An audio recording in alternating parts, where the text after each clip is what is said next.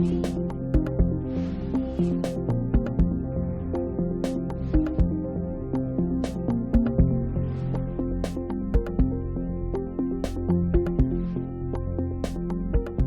acta número 3 queda a disposición de las señoras y señores diputados y el señor secretario dará cuenta. Sí, presidente, se ha recibido lo siguiente. Proyecto iniciado en moción de los diputados señores Aedo y Undurraga, don Alberto, y de la diputada señora Pérez, doña Joana, que modifica la ley de tránsito para regular la restricción vehicular por razones de congestión. En segundo lugar, un oficio de la Comisión de Transporte y Telecomunicaciones del Senado, por medio del cual solicita a la Comisión tenga bien priorizar y poner en tabla el proyecto de ley para reconocer el acceso a Internet como un servicio público de telecomunicaciones. Luego, un oficio del alcalde de la comuna de Lampa, por medio del cual manifiesta su interés en participar en la comisión para efecto de abordar diversas problemáticas de transporte que aquejan a su comuna, agradeciendo desde ya la invitación realizada a la concejala Alejandra Salas. Por último, un oficio de la concejala Alejandra Salas dirigido al diputado Cristian Lave, por medio del cual expone un resumen de las problemáticas que aquejan a la comuna y aborda los puntos que considera relevantes: Tren Santiago-Batuco, licitación de transporte público para la comuna de Lampa, y en el caso de los buses para Colina. Esa es la cuenta, presidente.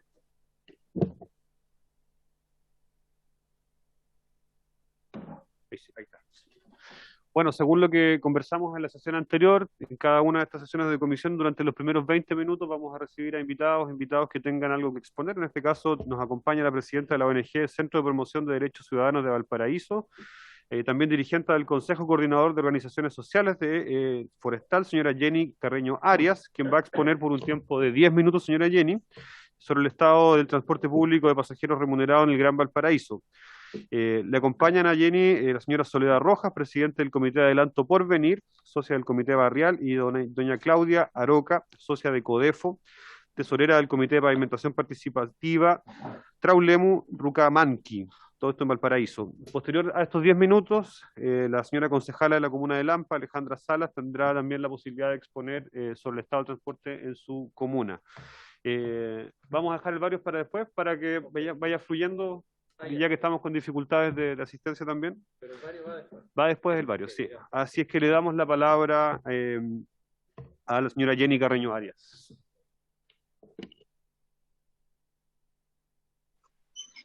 Hola, muy buenas tardes. Mi nombre es Jenny Carreño, soy dirigente del CODEFO, Consejo Coordinador de Organizaciones Sociales de Forestal, y también miembro y presidenta de la ONG Centro de Promoción de Derechos Ciudadanos. Nosotros ya habíamos estado en esta comisión en el 2018. Estaba el señor Coloma también en ese entonces, de las personas que me recuerdo, en esa ocasión, planteando la misma situación que estamos planteando en este minuto, que es la situación del transporte paupérrimo que tenemos en nuestras comunidades, y donde las autoridades han brillado por su ausencia como autoridades públicas fiscalizadoras. Nosotros en ese entonces, en el 2018, nosotros le presentamos a la comisión los resultados de la fiscalización que había hecho la Contraloría a la gestión de la Seremi de Transporte de Valparaíso en ese tiempo, en el 2017, cuando emanó un informe de investigación especial y donde constataba irregularidades gravísimas en términos de la gestión de la Seremi y también en las condiciones paupérrimas en las que se encontraba en ese minuto la empresa que prestaba servicio y que sigue prestando servicios pese a esas carencias en nuestros sectores, que es la Viña Bus. Y bueno, y ahí la Contraloría había emanado este informe donde se señalaba que dentro de las irregularidades graves que se presentaban en el transporte era la ausencia de una licitación de vías que no se había hecho desde el 2006, pese a que las licitaciones, de acuerdo a la norma, duran 5 años y se habían mantenido en base a, le habían dado continuidad en base a prórrogas que supuestamente duraban 6 meses, un año, 6 meses como máximo, y que tenían la única finalidad de conectar una licitación con la otra. No tenían la finalidad de convertirse en una nueva concesión de 5 años. Entonces, bueno, frente a las impugnaciones que le hizo el Seremi Candia en ese tiempo a la Contraloría le dio le dijo no al lugar a todas las impugnaciones que le hizo y le decía cúmplase todo lo que se le está señalando. Y en el caso de la licitación de vía, el señor Candia le decía, no, aquí lo que nosotros estamos tratando de hacer, y por eso nos hemos demorado, estamos investigando, teniendo todos los antecedentes a la mano para poder hacer un perímetro de exclusión, que significa generar normas particulares, condiciones de operación particulares específicas para un área determinada. Y eso estamos estudiando tantos años, hace 10 años que no se hace licitación. Y la Contraloría le dice, bueno, usted en realidad puede hacer eso, pero lo que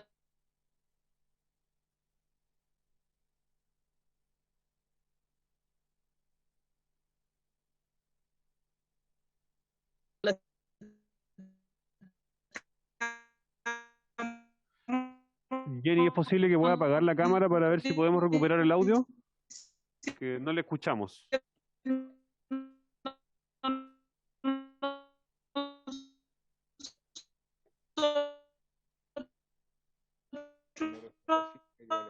Salir y conectarse de nuevo. Con lo que le había solicitado la Contraloría, lo que respondió la ministra de Transporte, Hat, en ese momento, fue todo menos el tema de la licitación. Nosotros fuimos a la Fiscalía Nacional Económica, la Fiscalía Nacional Económica nos dice, bueno, esto no es competencia nuestra, esto es competencia precisamente de la Contraloría, y la Contraloría... ¿Es posible que alguna de las acompañantes de Jenny también pueda intervenir para ir complementando?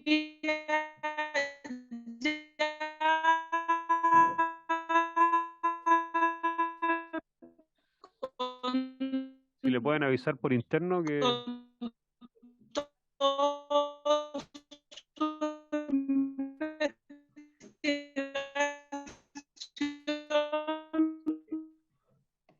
Informática, ¿me escuchan?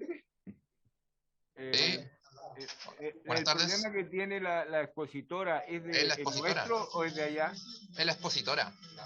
¿Y qué puede hacer para solucionarlo de manera rápida? Una mejor internet. Es problema de ella, es externo, no es de nosotros. ¿Se conecta de nuevo? Si apaga y se conecta de nuevo, ¿se puede solucionar de esa manera? O apague la cámara. Apague la cámara. A ver, Jenny, le escuchamos nuevamente, a ver. Y si no, Soledad, entiendo que usted también está acompañándola. O Claudia. Si pueden complementar. ¿Perdón? Jenny, le perdimos toda la última parte, le sugerimos por favor que pueda apagar la cámara para quedarnos solo con el audio, y si no, que alguna de las personas que la acompañan pueda complementarle. Ya, ¿ahora sí? Ahora sí, le escuchamos. Bueno, la Fiscalía Nacional Económica, ya que con el dictamen de la Contraloría no pasó nada, la Fiscalía Nacional Económica nos dijo que no era competente, pero que sí, ya con el informe de la Contraloría de alguna manera se fundaban las conductas monopólicas que nosotros estábamos denunciando en la Fiscalía Nacional Económica. Nosotros en ese tiempo acudimos a varias autoridades, una de ellas llegó a nuestro sector, que fue el diputado Celis, y el diputado Celis pidió una investigación, un informe de fiscalización a la misma Ceremi, y la Ceremi le entregó un informe donde se daba cuenta de, acá lo tengo, 233 infracciones en 25 días. 233 infracciones por parte de la empresa Viñabús, donde de las infracciones aparecían micros que no estaban inscritas en el registro nacional de microbuses, que es una obligación legal. No cuentan con servicios, con seguros obligatorios, tienen deficiencias técnicas importantes con neumáticos lisos, licencias de conducir vencidas, revisiones técnicas vencidas. sea, todas esas infracciones en 25 días, 233. Y hay que hacer notar que las fiscalizaciones que realiza el Ministerio de Transporte son de lunes a sábado en la mañana, en horario de oficina, hasta las 5:30 de la tarde, o sea, antes del taco, antes de que las micros dejan de pasar, antes de toda una serie de infracciones, de irregularidades y falta de frecuencia. O sea, son 233 en los momentos en que a Viña Bus o a las empresas le conviene que se fiscalice. Imagínense si fiscalizaran en los momentos en que no les conviene. Entonces, bueno, nosotros con todos estos antecedentes, además de las muertes por collereo, por las carreras que hacen los choferes, toda esa información de prensa, nosotros llegamos a la Corte de Apelaciones planteando que acá en esta región se vulneraba el derecho a la vida, a la integridad física y psicológica de nuestras comunidades.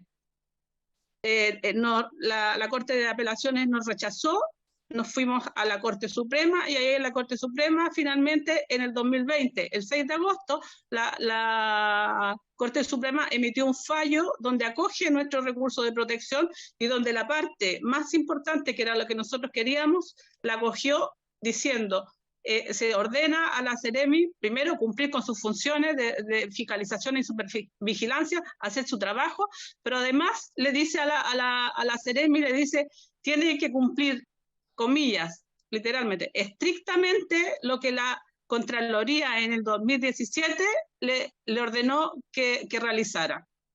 O sea, Jenny, le queda 1 minuto y medio para ir cerrando.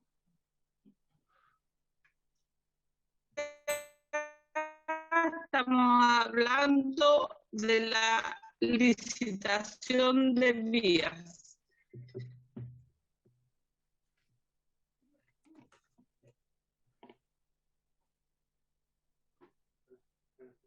Hola. La perdimos nuevamente. Soledad, usted la veo ahí activa, si puede complementar para darle un cierre a la presentación. Ha empeorado. Bueno, nosotros en las condiciones actuales donde se ha agudizado el conflicto del transporte, acá las dirigentes que me acompañan, una de ellas es de Porvenir Bajo, donde hay una crisis gigantesca. Acá la otra dirigente de acá de Forestal Alto también conoce bien lo que es la crisis del transporte. Nosotros acudimos a ustedes como instancia fiscalizadora de primer rango, donde no hemos visto que hemos sido acogidos en nuestra problemática, donde aquí nadie hace nada cuando se incumple la ley, cuando una Corte Suprema, un órgano de esa magnitud, acoge un recurso de protección y dice, efectivamente aquí se están vulnerando el derecho a la vida, a la integridad física y psicológica de ciudadanos de este país. Nadie hace nada, ni siquiera sale un ministro, no sale un Seremi. O sea, aquí todo sale gratuito, aquí se mata, aquí se agrede, aquí nuestra calidad de vida es pésima y no tenemos ninguna respuesta que sea positiva y en función de nuestras necesidades de ninguna de las institucionalidades que están destinadas a eso, ni de la Seremi, ni del ministro, ni de la fiscalía, ni de la Cámara de Diputados. Estamos aquí para que la institucionalidad haga la pega y por favor ustedes escuchen y le pongan aquí no solamente mente, le pongan corazón, le pongan empatía. Hagan su trabajo. Muchas gracias, Jenny. Atendiendo a la problemática, solicito el acuerdo de la comisión para poder oficiar a la Secretaría Regional Ministerial de Transportes de la región de Valparaíso para conocer el estado de las fiscalizaciones a las líneas de buses. Si me repite, era Viña Bus, una de las empresas involucradas. Pero sería bastante interesante que se fiscalizara a todas, porque finalmente todas tienen las mismas condiciones de operación. O sea, todas tienen a trabajadores trabajando por una cuota, ilegalmente por una cuota o por corte de boleto, que eso es absolutamente dañino. Perfecto, Sí, Jenny. Se perdón, entiende. Vamos a solicitar entonces se oficia a la Secretaría de Transporte de la región de Valparaíso para conocer sobre todo el estado de fiscalizaciones de las líneas de transporte de microbuses que operan dentro del Gran Valparaíso. Le doy la palabra, diputado Pulet, diputado Irarrázaval, y luego pasamos a la siguiente invitada. Muchas gracias, Jenny. Presidente, estoy de acuerdo con su oficio, pero yo pediría que el oficio, o sugeriría que el oficio vaya al señor ministro de Transportes para que él dé la instrucción a la Seremi. Me parece atingente. Ok. Sí. Diputado Irarrázaval. Su micrófono. Muchas gracias, presidente. Sí, yo iba por la misma línea de lo que dice el diputado Mulet. El problema que denuncia Jenny acá, muchas gracias a propósito que no la había podido saludar, es un problema que tenemos no solamente en las regiones, sino también en las provincias de Santiago, que están fuera del Transantiago, zonas que yo represento, ¿no? Suele suceder que se inscriben líneas y después no se usan y no se atiende el servicio. Y por la falta de fiscalizaciones que precisamente sucede eso. Entonces, quizás, dado el caso ejemplar de Jenny, que ahora nos viene, convendría efectivamente oficiar al ministro y, por lo demás, quizás con respecto a todo el problema que tienen en general todas las provincias, ¿ya? Porque por lo demás, el ministro de Transporte hoy día tiene una mesa técnica al respecto, que es muy interesante y me imagino que están recabando este tipo de información. Entonces, no creo que sea de difícil acceso como para que nosotros también podamos participar de esa discusión como comisión. Sí, diputado Irarrázaval. Yo creo que, de hecho, lo que usted menciona da pie a la siguiente invitada, que es la concejala de la Comuna de Lampa, señora Alejandra Salas, que me imagino que la Comuna de Lampa, yo siendo del sur no conozco tanto el mapa de la región metropolitana, responde justamente a esas comunas que están fuera del sistema de transporte público metropolitano, y por lo tanto, en base al relato que nos pueda entregar Alejandra, podemos preparar un oficio separado para que sea más atingente a cada caso. No sé si les parece, diputado. Así es, ¿Sí? sí. Efectivamente, la provincia del Chacabuco tiene problemas, no una zona que yo represento, pero yo represento 3 provincias que sí tienen, el Maipo, Talagante y Melipilla, que sufren lo mismo que la zona norte de Santiago, donde Alejandro nos va a exponer. Perfecto, entonces le damos la palabra ahora a la concejala de la Comuna de Lampa, Alejandra Salas. Tiene 10 minutos para su exposición. Muchas gracias, estimado presidente, diputados, diputadas, concejales, concejalas, alcaldes. Un gusto saludarles. Como presidente de la Comisión de Transporte y Vialidad del Consejo Municipal, vengo a exponer la compleja situación de la comuna de Lampa. Nuestra comuna tiene las características de ser rural urbana. En el año 2012 aumentó un 115% en el crecimiento inmobiliario, en donde además aumentó un 400% la población. Hoy, 10 años después, Lampa es la comuna con más proyección de crecimiento, incluso más que Colina. Tenemos 27 campamentos y somos considerados una de las comunas con dispersión urbana. Eso ha generado que nuestras vías de acceso colapsaran. En el año 2020, en el MOB, intervino las vías de Lo Echeverri y Cacique Colín con un proyecto con estudios del año 2012 para mejoramiento vial. Sin embargo, lo que Lampa necesita es ampliaciones de vías y para eso no existe nada en cartera desde el MOB. Debido a esto, el diputado Lavé me ha extendido la invitación donde revisaré 3 puntos de vital importancia en materia de transporte. La primera es pedirle a esta comisión considerar el financiamiento para el proyecto Tren Santiago-Batuco. En el primer punto, el proyecto de ferrocarriles del Estado, Tren Santiago-Batuco, se encuentra terminando su documentación. Sin embargo, en esta no está incluida dentro del presupuesto de la Nación. Incluirlo significaría un tremendo avance para la comuna, ya que no existe en cartera, como había mencionado antes, ningún proyecto de mejora vial o mejoramiento de transporte público.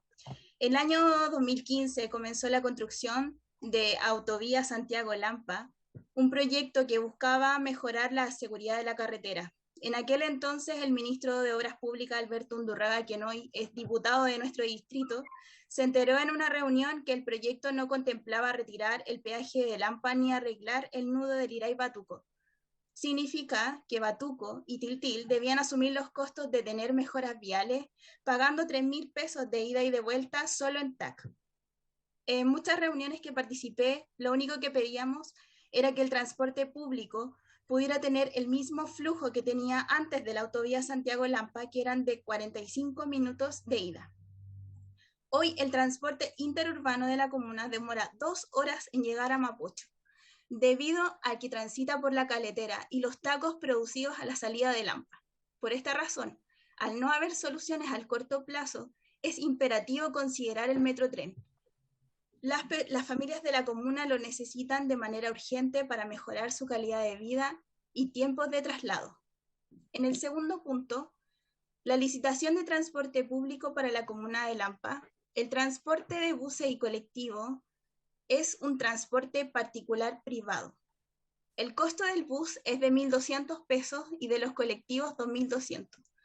Al ser privado no cuenta con el convenio Transantiago. Significa que cuando hacemos uso del metro no tenemos rebaja. Debemos pagar pasaje completo. En hora punta, los 800 pesos.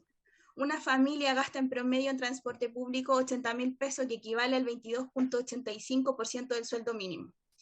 Si una persona quiere ahorrarse 1 hora y media de viaje, tiene que gastar 120.000 pesos, que equivale a un 34.28% del sueldo mínimo.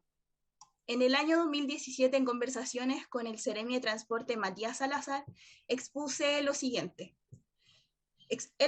lo siguiente. El Ministerio está trabajando en una licitación de transporte público en las comunas rurales urbanas como Lampa. Sin embargo, aún no tenemos aprobación desde el gobierno. Por esta razón, hoy esperamos que el 2018 pueda realizarse. Nos encontramos en el 2022 y aún no hay una propuesta para las comunas rurales urbanas periféricas de la región metropolitana. La situación de Lampa es grave, porque las empresas de transporte no han mejorado sus servicios, por el contrario. Estos han empeorado, hay menos flujos de buses, los horarios se acortaron y las máquinas se encuentran en muy mal estado. No tenemos buses en horario nocturno. Lo grave es que la provincia no cuenta con un hospital y las personas que tienen alguna emergencia deben trasladarse hacia la comuna de Independencia. Por esto es de vital importancia contar con un transporte con horario extendido. Nuestra comuna no tiene servicio de transporte express, como tienen algunas comunas. Utilizan solo carretera. Significa que hay un aumento del valor debido al TAC. En una charla en la Universidad de Chile se expuso que la instalación de TAC era para desincentivar el uso del vehículo particular. Sin embargo, nuestro transporte no tiene convenios de rebaja con Autovía Santiago-Lampa, pese a las muchas reuniones que se mantuvieron en esos años. Los usuarios prefieren utilizar el vehículo particular. Por esta razón, llega un servicio de buses nuevos y este no tiene la suficiente rentabilidad y deciden retirar el servicio. Durante el gobierno saliente, la exalcaldesa tuvo reuniones con la ministra Gloria Hood solicitando extensión del Transantiago y este ha sido negado por 2 motivos. Lampa no cuenta con vías troncales y está fuera del radio que la ley 20.378 permite. En otro punto está el caso de los buses para Colina. En la comuna de Lampa no se encuentra una oferta educacional suficiente para satisfacer las necesidades locales, por lo que muchos niños y niñas deben trasladarse a estudiar a otras comunas. Es por esto que el año 2016 la Municipalidad de Lampa prestó servicio a los padres y apoderados para el traslado de alumnos a colegios de la comuna de Colina. Durante ese año, el costo del servicio estaba incluido dentro del presupuesto municipal y su valor era de 6 millones mensuales por 2 buses de traslado. Este servicio se consiguió con protesta y presión social y benefició a más de 100 niños y niñas de colegios particulares subvencionados ubicados en la comuna de Colina. Ya que los colegios públicos pertenecientes a la Corporación de Desarrollo Social de Colina contaban con buses a disposición de sus alumnos, incluyendo a los alumnos provenientes de Lampa. Durante el 2020, la Administración Municipal de Lampa canceló este servicio de traslado por temas de pandemia, ya que por las fases determinadas los alumnos tendrán clases virtuales y no presenciales. En el año 2021, padres y apoderados se reunieron con la administración del nuevo gobierno local de Lampa para solicitar la restitución de dicho beneficio. Sin embargo, esta administración les mencionó que debía analizar la situación y además mencionaron lo siguiente: los alumnos que solicitan este servicio son de colegios particulares subvencionados de otra comuna. Significa que la comuna de Lampa no recibe subvención per cápita. El servicio estaba al entregar una subvención de transporte a Colina, prontamente apoderados de otros colegios también pedirán el servicio. Alejandra, le informo que le quedan 2 minutos. Ya. A Quilicura. Entonces, mejor no prestar servicio a nadie, porque si no va a crecer la demanda. Y el municipio no pondrá énfasis en solucionar el transporte escolar para los colegios dependientes de la Corporación de... Solo pondrá énfasis en los que pertenecen a la Corporación de Desarrollo Social. Significa que los buses que sean entregados a través del gobierno regional serán entregados a la Corporación de Desarrollo de la comuna. Bueno, como comenzaron las clases presenciales en el 2022, comenzó un caos vial de grandes proporciones debido al aumento del parque vehicular, y el servicio de traslado de Colina hoy no es un asistencialismo como se menciona en alguna oportunidad, sino que es una necesidad. Los apoderados van en sus vehículos particulares y están dejando muchos tacos, ya que la infraestructura vial de la comuna no soporta el crecimiento que ha tenido durante los últimos años. Por esto, para cerrar el tema, lo que se necesita hoy día es que por parte del Ministerio, en el artículo 5 de la ley 20.378, hay financiamiento para costear un bus para transportar a los niños de colegios particulares subvencionados, pero sin embargo no hay como exclusividad. Entonces, la solicitud a esta comisión es que la comuna de Lampa pueda tener este servicio de traslado a la comuna de Colina a través de este fondo que está destinado para eso. Muchas gracias, presidente. Muchas gracias, concejala. Ahora la palabra a los señores diputados. Señora diputada Nullado, bienvenida. Si no, le solicito el acuerdo a la comisión para oficiar también al Ministerio de Transporte, al ministro particularmente, en torno al sistema de transporte que mencionaba la concejala, a la adquisición de buses, pero también en torno a un problema que ya se ha narrado previamente en sesiones anteriores, que tiene que ver con lo que decía el diputado Razabal, que las comunas de las zonas rurales de la región metropolitana están como en un área gris, porque no entran en el sistema de transporte metropolitano, y tampoco existe un plan orientado al buen uso de los fondos que están en la ley espejo. Por lo tanto, el oficio debería indagar en aquello, y eventualmente, para que esta comisión lo tenga en perspectiva, si hay que hacer modificaciones legales al respecto, tenemos que hacerlo, porque esta es una situación que ha colapsado no solo la región metropolitana, sino en general en nuestro país, a partir del retorno a la presencialidad acontecido en el último mes y medio prácticamente. Así es que si hay acuerdo, podemos oficiar de esa forma. ¿Sí? ¿Acordado? Ok. Ya. Diputado Mulet.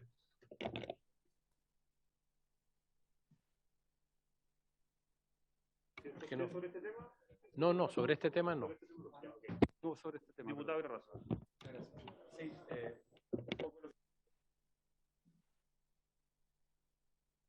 perdón, ahí sí. Gracias, presidente. Lo que nos dice Alejandra es un poco también el problema que nos cuenta Jenny, y vemos qué es lo que se repite. Yo iba a traer un caso también de Talca. Entonces, vemos que se repite, y el oficio es más o menos el mismo, ¿eh? Y al final da cuenta de la pega que tenemos que hacer aquí con el transporte interurbano y rural, ¿eh? En particular, la gran solución que está ofreciendo la concejala para Lampa es algo que también tenemos que contextualizar en este problema general, porque efectivamente quizás esa es la solución para Lampa, pero ojalá también pudiéramos darle una solución a Lampa de manera definitiva, no solamente que dependa de esta cuestión particular. Eso. Gracias, diputado. Vamos a dejar le agradezco también la participación a nuestras invitadas, tanto de Valparaíso como de la comuna de Lampa. Recordarle a diputados, diputadas, que podemos generar estas invitaciones para los primeros 20 minutos de cada sesión, siendo rigurosos tanto en la puntualidad como en el buen uso del tiempo. Y a continuación vamos a entrar en materia. De acuerdo a la sesión de hoy día, corresponde la participación del subsecretario de Telecomunicaciones, don Claudio Araya, que entiendo está afuera. ¿Por ahí? Ya, por favor. ¿El diputado Mulet quiere hablar en varios? Sí, bueno, podemos ir avanzando avanzamos el bar entonces, diputado Mulet, diputado Huguillo. Yo creo que es bueno, presidente, que los varios los veamos al inicio de la sesión. Podría ser. Entiendo que debe ser así. Sí. Pero bueno. Sí. Por falta de quórum al principio. Sí, no, sí. Me imaginé. Pero mire, yo solo quiero pedir un oficio, señor presidente, al señor ministro de Obras Públicas, para que informe a esta Comisión de Obras Públicas y Transporte y Telecomunicaciones el estado de avance del proyecto de concesión de la doble vía de la Ruta 5 entre Caldera y la ciudad de Antofagasta. Caldera, mi región de Atacama, y la ciudad de Antofagasta. Como todos saben, hay un proyecto que se ha ido demorando ya muchos años, se ha ido atrasando. El exministro Moreno se había comprometido a licitar durante el presente año 2022, antes se había dicho el 2021, bueno, pero este 2022, y hasta ahora no veo avances en la información pública que hay. Entonces, quiero pedir que se oficie al ministro de Obras Públicas a fin de que nos señale en qué está eso. Debo señalar igual la importancia que tiene esto, no solo para la rapidez de los desplazamientos, sino que fundamentalmente para la seguridad. Año a año mueren muchas personas en esa vía, digamos, producto de las colisiones y de las razones de inseguridad que hay en esa carretera. Y lo otro, que los chilenos de regiones tenemos obviamente también, tienen los mismos derechos que los que están en la zona más central donde existe la doble vía, y acceso a niveles mayores de seguridad y mejores estándares en los desplazamientos. Es urgente que entre Antofagasta y Caldera se avance en esa licitación. Ese es el oficio, presidente. Perfecto. Atendido el oficio, solo complementar al respecto de lo mismo para aprovechar ese documento. Mismo estado de licitaciones en la ruta de Litata, que ha sido mencionado también en sesiones anteriores. Y también la ruta Río Bueno-Puerto Montt, en ese tramo, en la ruta 5. Y si algún otro diputado o diputada tiene alguna solicitud respecto a este punto específico de carreteras para incorporar, concesionadas, para incorporarlo en el mismo documento. Diputado Mellado y del diputado Buguín. Gracias, presidente. Sí, la ruta que está por la ruta, conocida como la ruta de la fruta, que es la ruta hacia San Antonio, que ingresa por... ¿Sí? ¿La 78? Sí. Le informe, por favor, sobre el estado de licitación, que también hay muchas dudas con respecto al trazado y sobre todo la denuncia que han hecho los vecinos y la comunidad de la comuna de Las Cabras, con su alcalde y los concejales, que habrían planteado de que estaría incluso pasando por donde ha habido la existencia de un colegio y una escuela rural. Así que la información, por favor, sobre el estado de licitación. Gracias. Perfecto, diputado Mellado. Diputado Bugueño, y luego damos paso al señor subsecretario. Sí, gracias, presidente. Bueno, solicitar que se oficie, ¿cierto?, al ministro del Ministerio de Obras Públicas con respecto a la ruta, ¿cierto?, los maquis y los ciruelos, esta es la comuna de Pichilemu, y también responder sobre información sobre el proyecto de construcción del puente La Palmilla, esta es la ruta I-520, ¿cierto?, de la comuna de Pichilemu. El otro, perdón.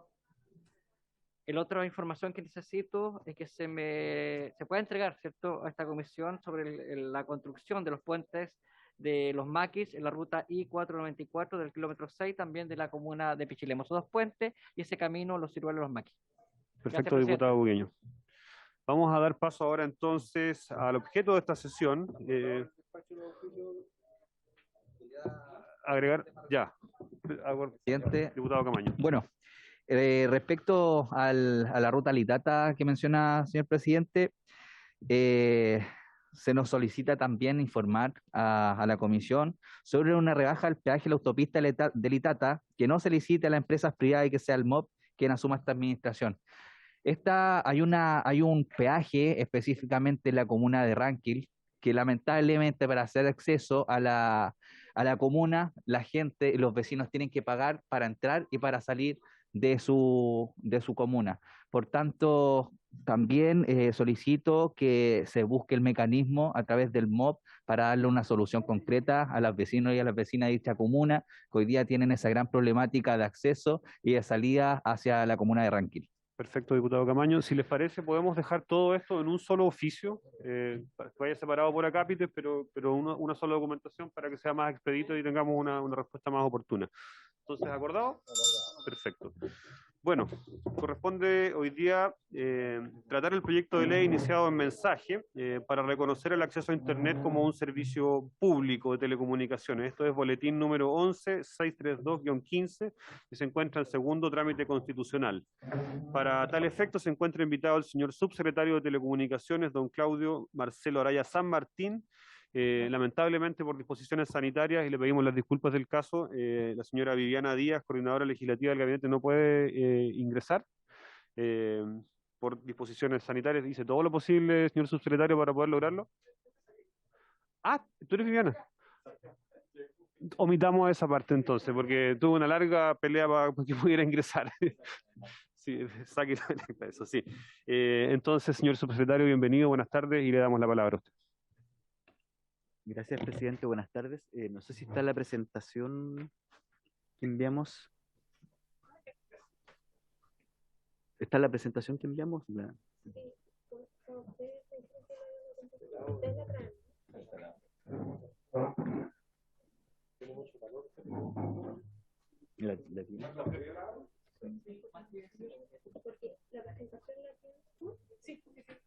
estás conectada a la reunión, como para poder compartir pantalla, te mando el link o cómo lo hacemos.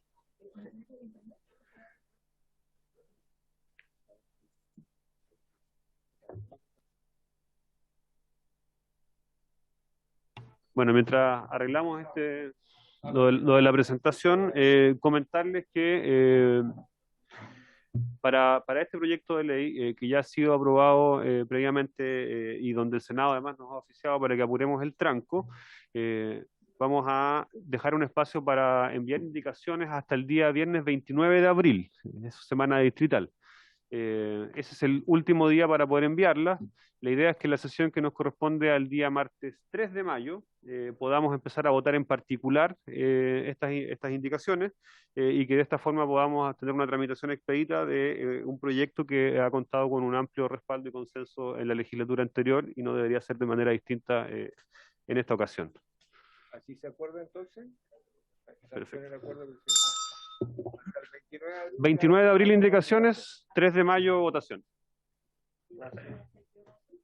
29 hasta el horario, sí. Pasa indicación entonces. 29 de marzo. De abril. Sí. Diputado. No sé si estoy confundido, pero hoy día en la sala, de hecho, estaba en tabla, pero también afectaba la ley de telecomunicaciones, me da la impresión, respecto de estos mismos, de la exigibilidad del servicio, digamos, ¿ya? No sé si tendrá que ver, ahí me da la impresión de que también modificaba, es un proyecto de ley que asegura el acceso a Internet en los colegios, en las municipalidades, etcétera. En universidades, sí. Sí. Establecimientos, sí. Ese es un proyecto que, le confieso, del cual no tengo mayor conocimiento todavía. Sin perjuicio de eso, podemos, ya que estaba puesto en tabla, dificulto en todo caso que podamos votarlo mañana por cómo quedó estructurado esto. Yo creo que se va a seguir postergando y debería quedar en la sala para el día lunes, eventualmente, así como está el orden, digamos.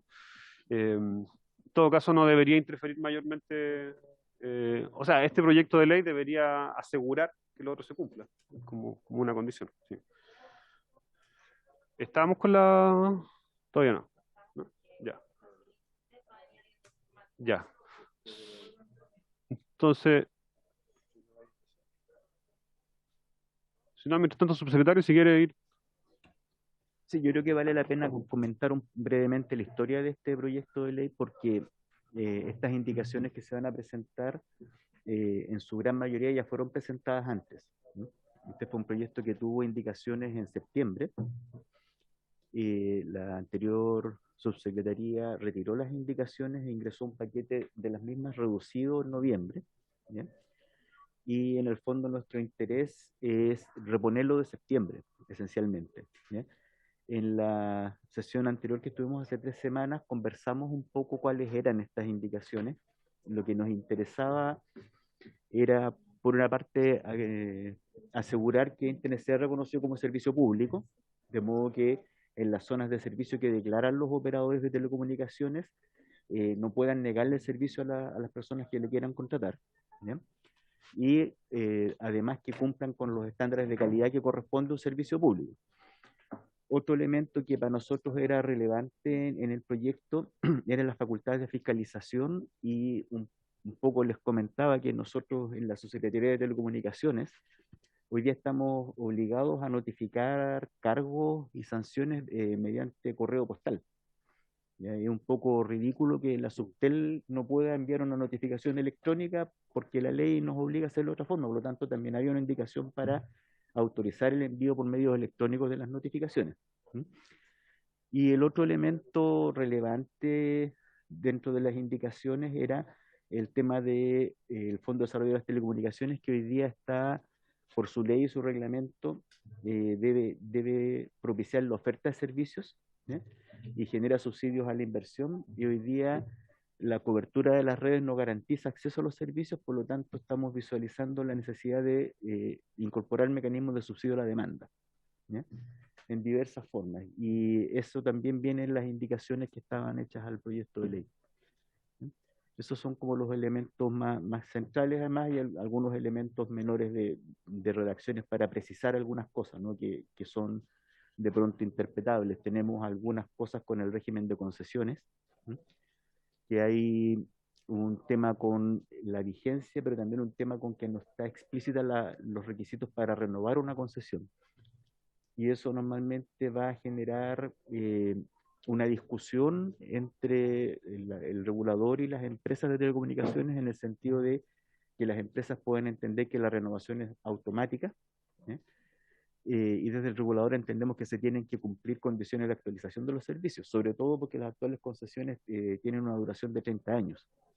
Y en 30 años la industria de las telecomunicaciones tiene cambios enormes, no tiene mucho sentido mantener los mismos conceptos que habían en 1997 por una renovación del año 2027. Entonces eso también viene dentro de las indicaciones, más que nada precisar cuál es la forma para renovar una concesión. Esa es una condición que nos parece necesaria para evitar que se judicialice un procedimiento que debería ser estándar. Esas son como las 4 áreas en las que vienen las indicaciones. ¿Tienes Subsecretario, quisiera aprovechar de plantearle 2 dudas que me surgen leyendo la tramitación del proyecto. Una tiene que ver con cómo podemos obligar a las empresas a proveer servicios de Internet en localidades donde no es negocio. Lo hablamos en la sesión anterior donde usted asistió, porque el subsidio a la demanda es más bien un incentivo, pero no es mandatorio, digamos. Y por otro lado, la regulación sobre las servidumbres, porque hoy día están planteadas como ilimitadas. Esos 2 temas me hacen un poco de ruido todavía. El primer tema, más que obligar, en el fondo nosotros lo que hemos buscado es generar las condiciones para que sea factible. Esto ha significado que hemos estado desarrollando desde ya hace más de 6 años proyectos de despliegue de infraestructura para que haya oferta de servicios en todas las localidades de más de X habitantes. Digamos, hemos ido creciendo con esta cobertura. De hecho, estábamos conversando esta mañana con un operador de telecomunicaciones que de las 345 comunas que tiene el país, hay 5 que al terminar los proyectos que están en ejecución durante el año 2024, hay 5 comunas que no van a tener fibra óptica en la capital comunal. Las otras 340 ya lo van a tener. Entonces, desde el punto de vista de desplegar infraestructura para telecomunicaciones, hemos avanzado. Todavía nos falta por terminar, pero hemos avanzado. Y el problema subsiguiente es que llegamos a localidades de bajos ingresos, de baja densidad poblacional, donde sucede lo que usted dice, presidente, que no es atractivo para las empresas dar servicio. Entonces, una vez que subsidiamos la inversión para llegar con la cobertura, el siguiente paso es ayudarle a la gente a pagar la cuenta, que serían los subsidios a la demanda. La combinación de ambas cosas debería posibilitar la inclusión digital de esas poblaciones vulnerables. ¿Y respecto a la servidumbre?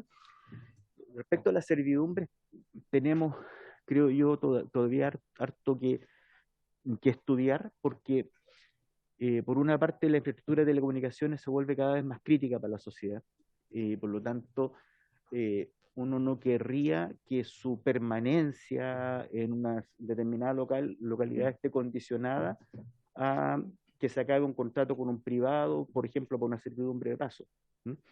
Entonces yo creo que es necesario asociar la criticidad de la infraestructura con la vigencia de la servidumbre, sin que esto resulte expropiatorio para los dueños de los predios o de las postaciones por donde pasa. Creo que es materia todavía muy verde que requiere mucho estudio. Perfecto, gracias, subsecretario. Ahora sí parece que estamos con la presentación. Adelante.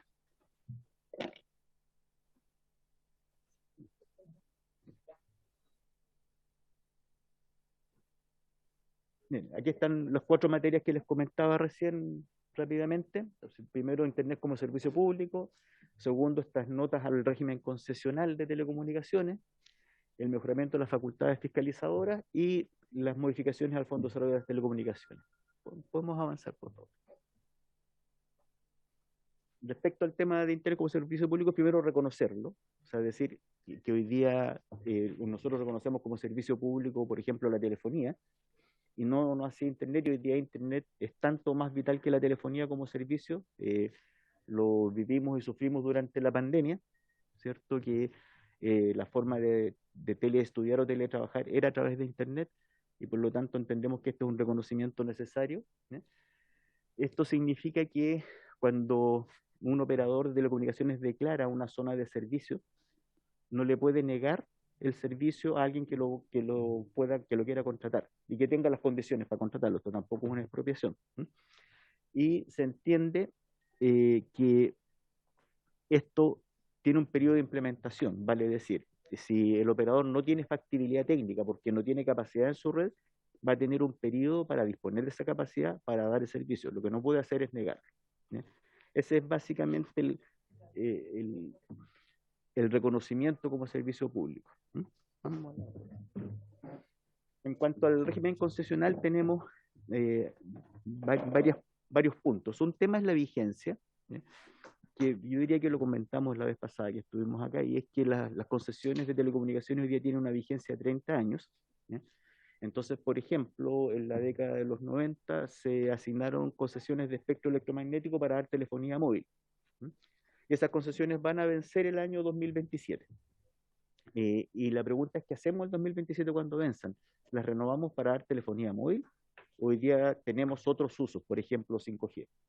Y eso significa agregar, incorporar estas aclaraciones, estas precisiones que les mencionaba hace un rato, respecto a cuáles son las condiciones para renovar una licencia. Entendemos que quien hoy día es dueño de esa licencia tiene un derecho preferente porque en su minuto optó y cumplió con las condiciones para tenerla, pero entendemos también que tiene que haber algunas condiciones para esta renovación, ¿ya? Porque no podemos seguir hoy día implementando telefonía móvil 2G, no tendría ninguna lógica.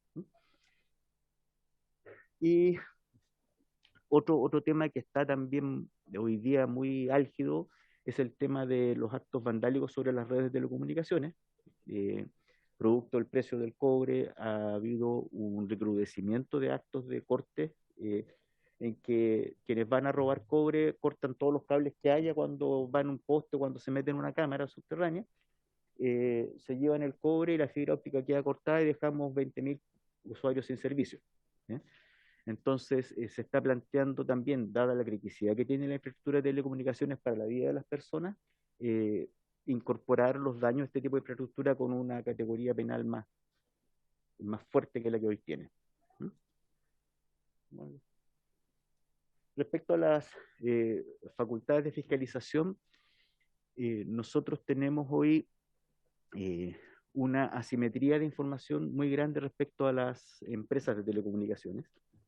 Cuando se producen incidencias en la red de estas empresas, ellas de forma semi-manual nos notifican de estas incidencias, y si no nos notifican, nos enteramos cuando los usuarios empiezan a reclamar, ¿ya? Entonces acá estamos pensando en que haya una notificación electrónica automática que nos permita enterarnos cuando hay una alerta en una red de telecomunicaciones, enterarnos de primera fuente, de modo de tomar los resguardos que haya que tomar, de contactar a la empresa, preguntar cuáles son las acciones de reposición, para lograr que un servicio que hoy día es crítico esté operativo el mayor tiempo posible.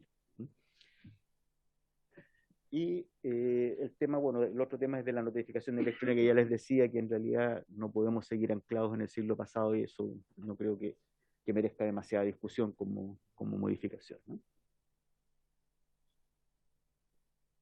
Y el último punto es el del Fondo de Desarrollo de las Telecomunicaciones, en que necesitamos actualizar lo que hoy día no sabe solamente un instituto de fomento a la inversión, sino que también permita facilitar el acceso a los usuarios a los servicios de telecomunicaciones. Y eso entendemos mediante mecanismos de subsidio a la demanda, que podrán ser variados, que podrán ser discutidos oportunamente cuando se vaya a postular alguno de estos subsidios, pero hoy día la ley como está escrita no lo permite. La ley hoy día establece que el fondo lo que hace es subsidiar la inversión para aumentar la oferta de servicios de telecomunicaciones, y nosotros estimamos que es el momento de empezar también a subsidiar a la demanda.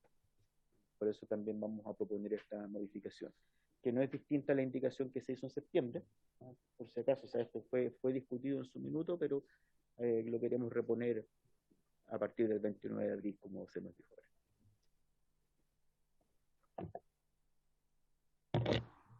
Muchas gracias, subsecretario. Abro la palabra a los señores diputados. Señora diputada Nullado. Diputado Mulet. Gracias, presidente. Muchas gracias, señor subsecretario. El cambio en el plazo o la modalidad de licitación o plazo a la licitación, la idea es para todo tipo de concesiones, desde concesiones para radio, digamos, o para telefonía celular.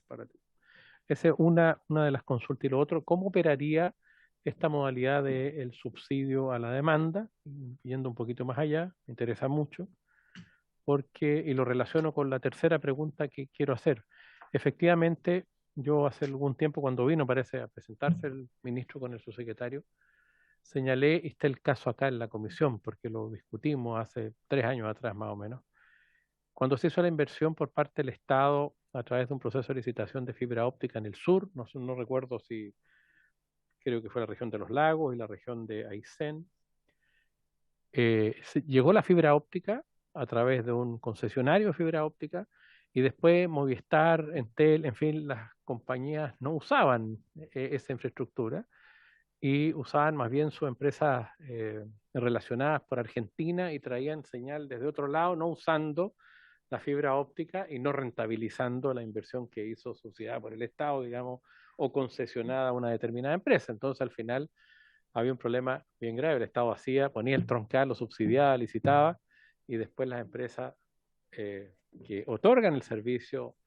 de telefonía móvil no operaban con esa empresa dueña de la línea.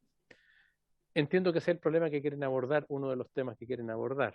Yo quisiera ver de qué manera eso, y repito, las concesiones, digamos, los cambios de plazo para todo tipo de concesiones, grandes, chicas, radios, en fin.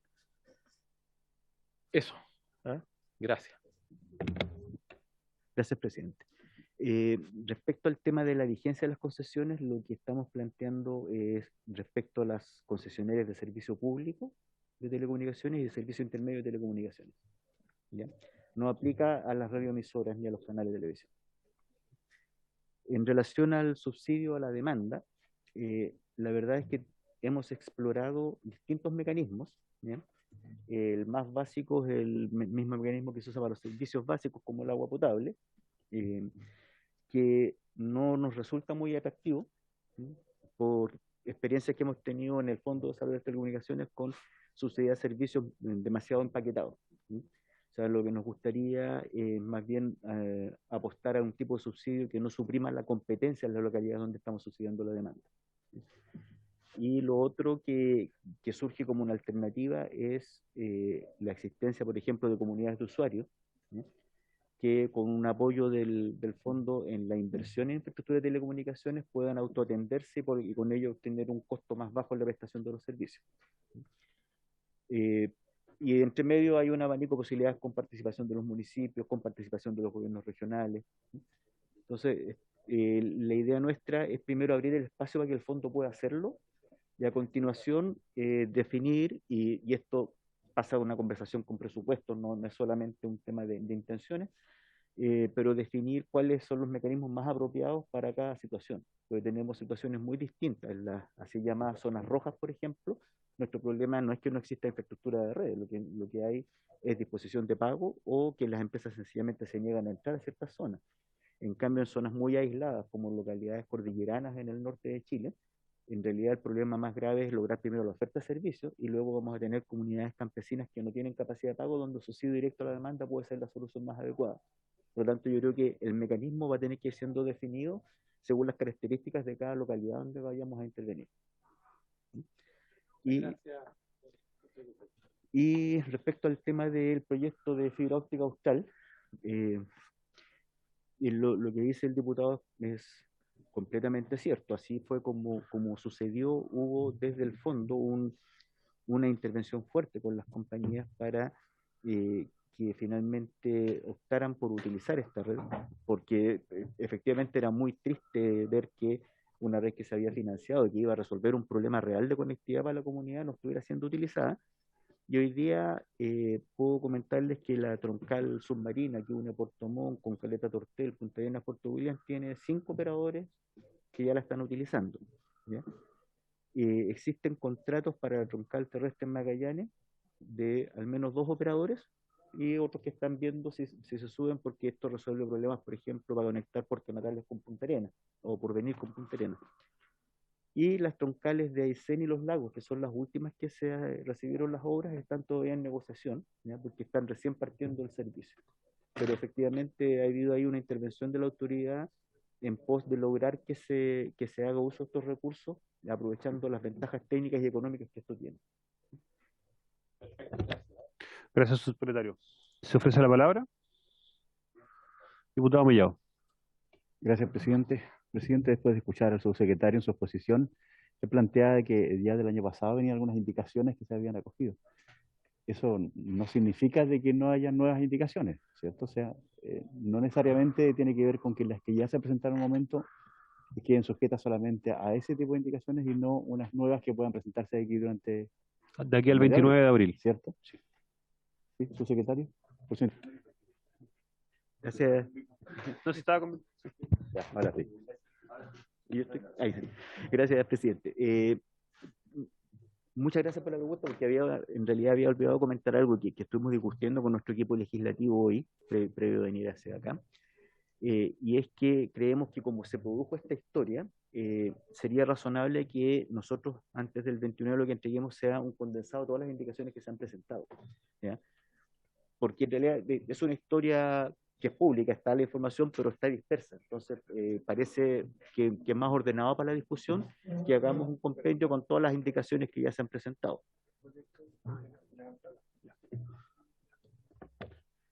Gracias, subsecretario. Se ofrece, perdón, tenía un problema que hay una sesión paralela a esto y no llegué y tengo que ponerse presente, sí, pero parece que alcanza el tiempo.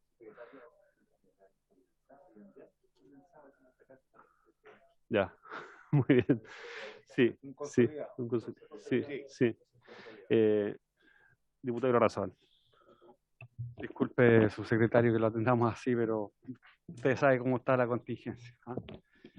Y incluso puede que lo que yo vaya a preguntar ahora, que es un tema muy genérico por lo demás, ya lo hayan preguntado aquí justo en este momento. Pero, a ver, el proyecto habla establece como principio la universalidad del servicio, digamos.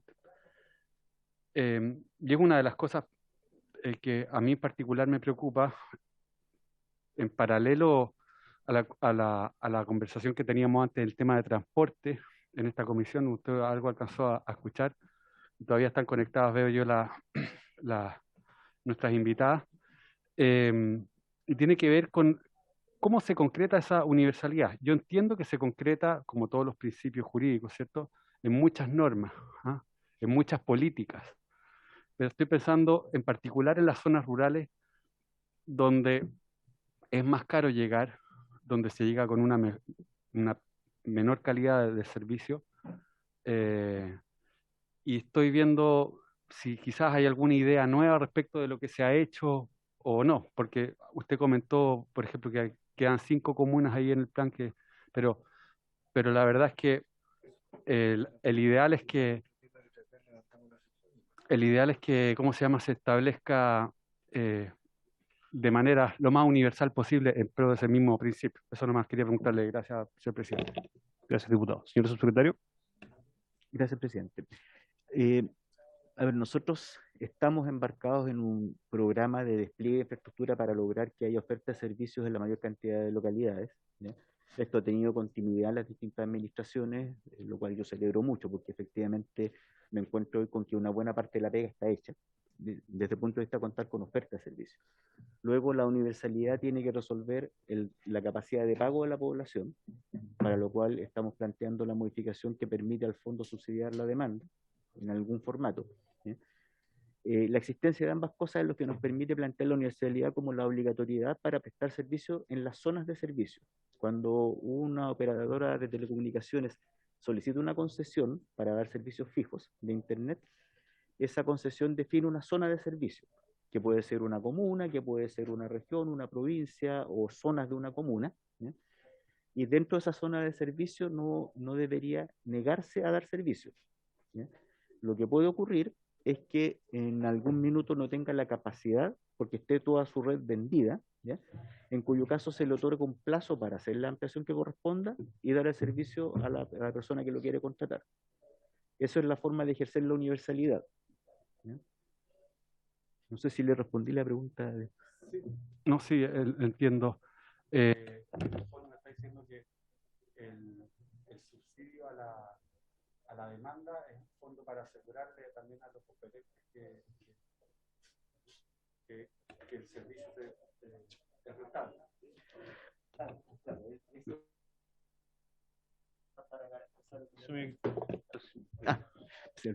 eso es lo que nos falta para garantizar el acceso universal, justamente, donde no hay disposición de pago, que haya cómo complementar eso.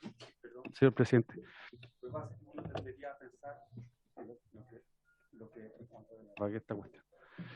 Lo que pasa es que uno tendería a pensar que efectivamente en algunos lados el servicio es malo, ¿ya? Y entre comillas, por lo tanto, no es universal. Incluso en sectores, por una cuestión geográfica, ¿no? Que hay el que está más cerca del cerro no tiene señal y el que está más lejos del cerro sí, o viceversa. Entonces, a eso me refería yo también, señor subsecretario. Sí, eso tiene que ver con la condición de servicio público, ¿ya? Al ser un servicio público queda regulado y por lo tanto tenemos facultades fiscalizadoras para que haya una calidad de servicio adecuada a lo que los usuarios están contratando.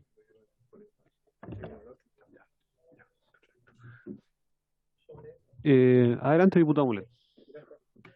Yo entiendo que la idea es cambiar la modalidad, ¿cierto? Porque hoy día la manera en que se ha tratado de llegar a los sectores aislados, o sectores de baja densidad, o sectores alejados, es a través de financiando las empresas, digamos, no la demanda, ¿cierto? Y las empresas llegan de determinada manera, generalmente se producen también muchos reclamos, digamos, y situaciones más bien de relaciones poco competitivas entre las empresas, más bien se reparten. Entiendo eso, y la idea ahora es subsidiar la demanda para llegar a esos sectores. Eso es más o menos lo que cambia, que es lo que hay hoy día, y qué es lo que se quiere hacer, como para entender. Es más bien un complemento, es mediante los proyectos de despliegue de infraestructura que han sido subsidiados por el fondo, hoy día estamos obteniendo una cobertura con redes de fibra óptica en la gran mayoría de las cabeceras comunales y muchas otras localidades, pero entendemos que en esas localidades no siempre existe la disposición de pago para poder contratar los servicios. Entonces el subsidio de la demanda viene a ser el complemento para que la gente pueda acceder efectivamente a los servicios. Subsecretario, a mí me queda solamente una situación que hay que agregar. Creo que responde un poco también a cómo se han venido dando las cosas en los últimos años en esta materia. Precisamente respecto, si no me equivoco, es respecto a fibra óptica austral. Este cable llega a una localidad de la comuna de Maullín que se llama Quenuir. Es una localidad ribereña y costera. Y la Subsecretaría de Telecomunicaciones ofreció, en su momento se produjo como una especie de conflicto con la empresa que estaba ejecutando las obras porque no hubo ningún tipo de diálogo con la comunidad, simplemente de repente apareció un barco gigante y empezaron a trabajar, hicieron maniobras y despertó mucha sospecha en una comunidad general de gente vinculada a la pesca artesanal.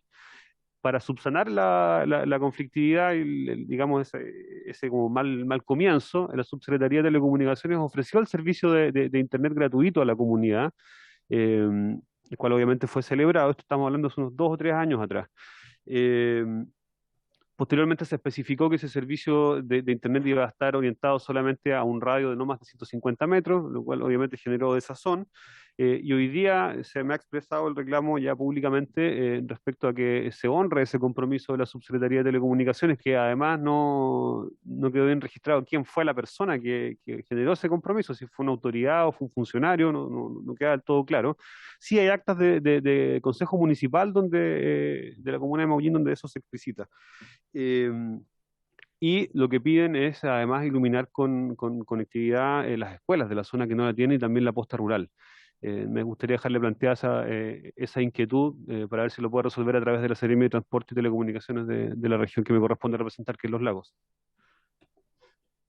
Tomo el punto, presidente. No estoy al tanto de cómo se adquirió ese compromiso, pero nosotros tenemos la fuerza de fiscalización para ir a verificar que si se adquirió el compromiso este se cumple, así que lo tomo. Agradecido.